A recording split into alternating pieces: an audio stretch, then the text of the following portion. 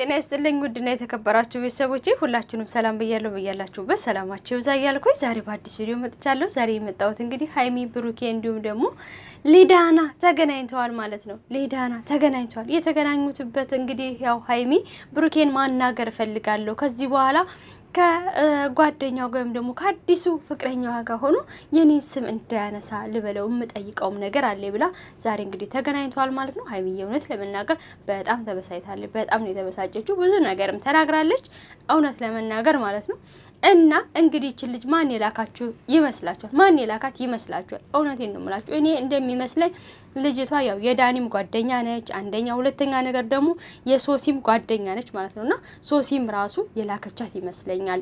ሶሲም ዳኒም አንድ ላይ ማለት ነው። እና ደግሞ ብሩኬ ሆን ብሎ ዳኒንም ለማበሳጨት ያደረገው ነገር ይመስለኛል። ምክንያቱም ዳኒና ብሩኬ ዳኒና ሀይሚ አንድ ላይ ሲሰሩ ስለነበረ ማለት ነው። እንደዛም ይመስለኛል እኔ ሳስበው ማለት ነው።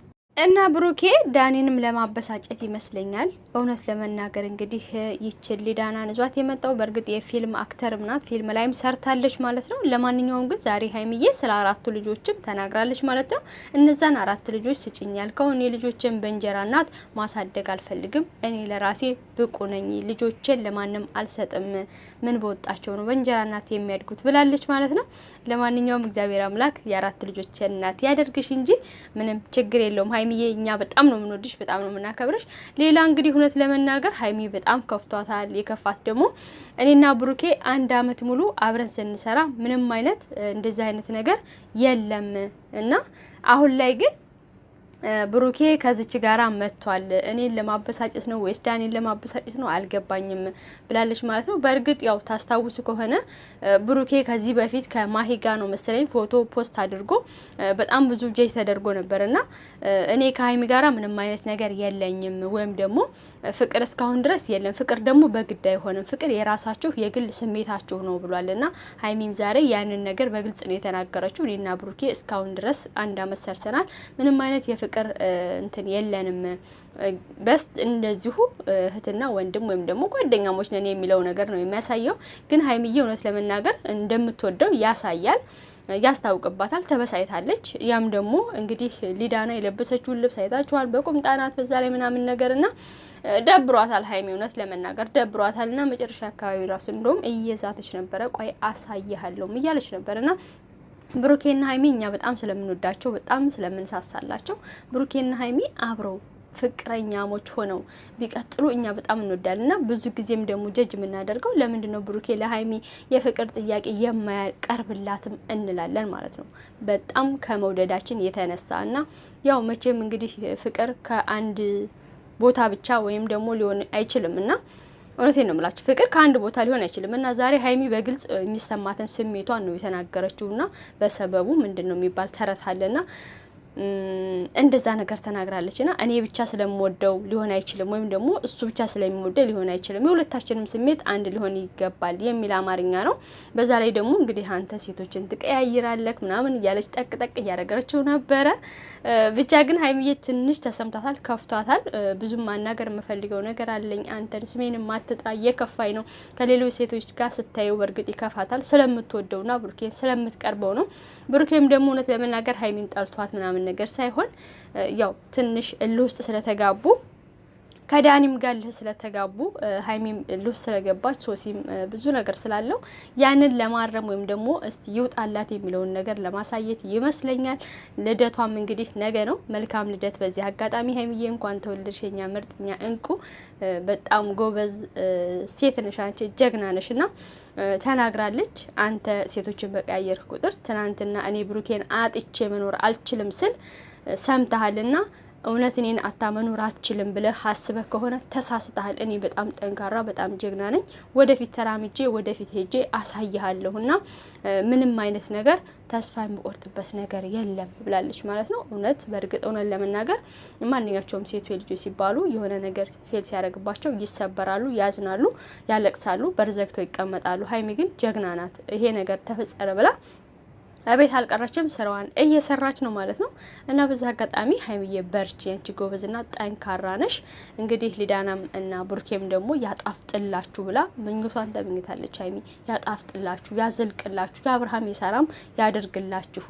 በቃ ምንም ችግር የለም። ነገር ግን ቡርኬ ከዚህ በላይ ብዙ መስዋዕትነት ትከፍላለህ፣ አስከፍልሃለሁ፣ እምለቅህ እንዳይመስል። እስከዛሬ ማንነቴን አላሳየውክም፣ አሁን ግን ከዚህ በኋላ ላሳይክ እፈልጋለሁ ብላለች።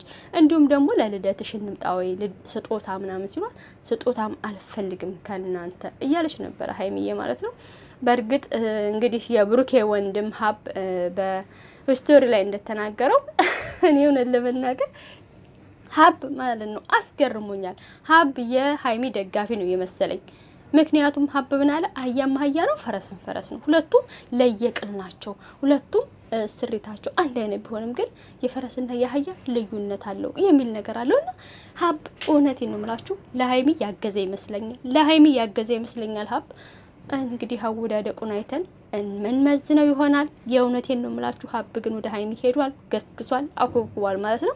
ለማንኛውም ግን ሀይሚዬ በጣም ጎበዝ፣ በጣም ጠንካራ ነችና ብዙ ነገር ነው ዛሬ ተናገረችው። እውነቴን ነው የምላችሁ ስለ 4 ልጆቿ ራሱ ክንክን ብሏት 4 ልጆችን ለማንንም አልሰጥም ብላለች። በጥፊ ነው ጭሁ ያደረገችው ማለት ነው። ብሩኬ አንተ እኔን እሷ ፊት ሆነ ስሜንም ልጠራኝ አልፈልግም እያለች ነበረ። ተናዳለች፣ ስሜታዊ ሆናለች። እውነቴን ነው የምላችሁና አንዳንድ ጊዜ የሚወደን ሰው ከሌላ ሰው ጋር ማየት በጣም ነው የሚያስደብረው፣ በጣም ነው የሚከፋው።